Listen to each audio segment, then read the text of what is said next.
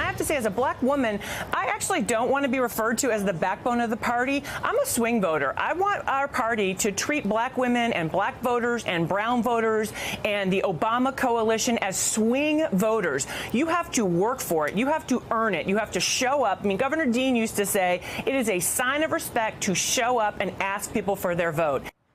African Americans in Alabama turned out to vote in decisive numbers this week and made Doug Jones the first Democratic senator from the state in 20 years.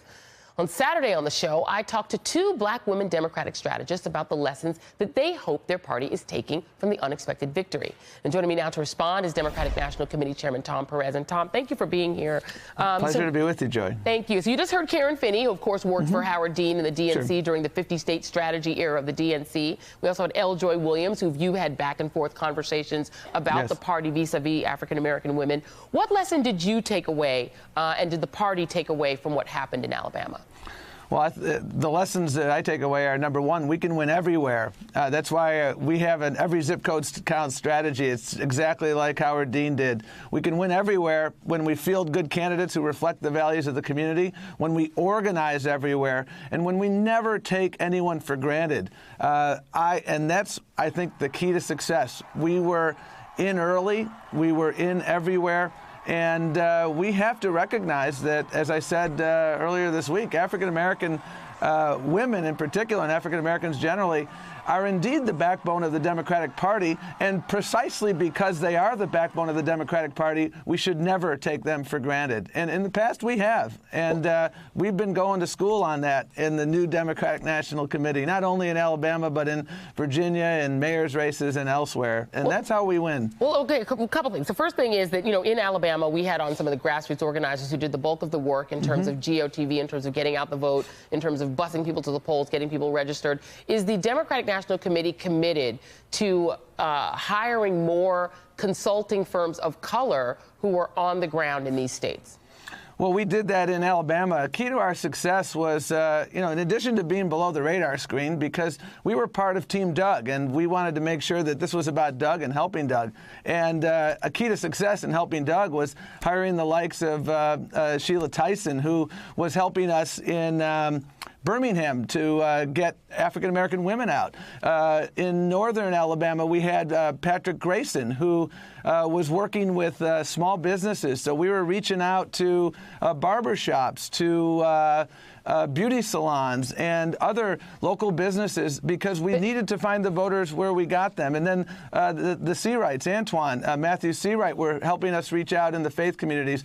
They were linchpins to our success. We listened to them and we moved off, we pivoted off of their leads and their suggestions. Well, I mean, I'm not talking about individual hires for the DNC. I'm talking about the fact that we all know there's a consulting class in Democratic politics that generally, traffic mostly in, in media buys and ad buys, and they get all the work, right? So when the money is allocated, a lot of grassroots minority-owned consulting firms don't get that business. So is the DNC committed to expanding its cadre of consultants to include those kinds of firms?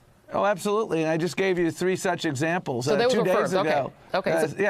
And 2 days ago, we did a forum at the DNC so that we can increase the number of contractors, telling them how to do business with the DNC. And then in Alabama, it's really important to understand, Joy, that we hired on the ground, we had 18 organizers from the community. I'm a huge believer in the notion that we need homegrown organizers. Right. And one of the wonderful things about that here in Alabama is now that we have had success here with Doug, there's a governor's race there. Right. And these homegrown organizers can continue that work. But we're very short on time. That's why I'm sort of jumping in a little bit. There are African-American candidates that are running in states like Georgia and in Florida. You have Stacey Abrams running for governor in Georgia. You have Andrew Gillum running for governor in Florida. You have Pam Keith, who's running for Congress. Are these candidates going to get support? Because there is a little rumbling on the ground that the party writ large would prefer self-funders who are not candidates of color to candidates like these and are not encouraging these candidacies.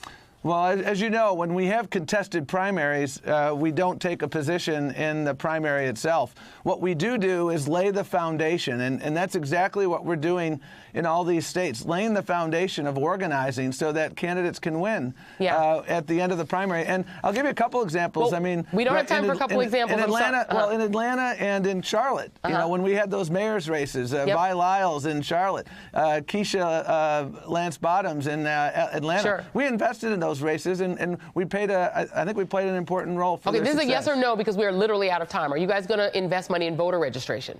Absolutely, because we haven't done enough of that in the past. But we have to couple it with making sure we build permanent relationships with voters. We can't show up every 4th October at the church and pretend that we care. We've got to have those relationships that have to be lasting. All right, Tom Perez, thank you very much, and sorry for the short time. Thank you very much. We'll have to have you back. Have a good day. Thank you. Have more AM2 after the break.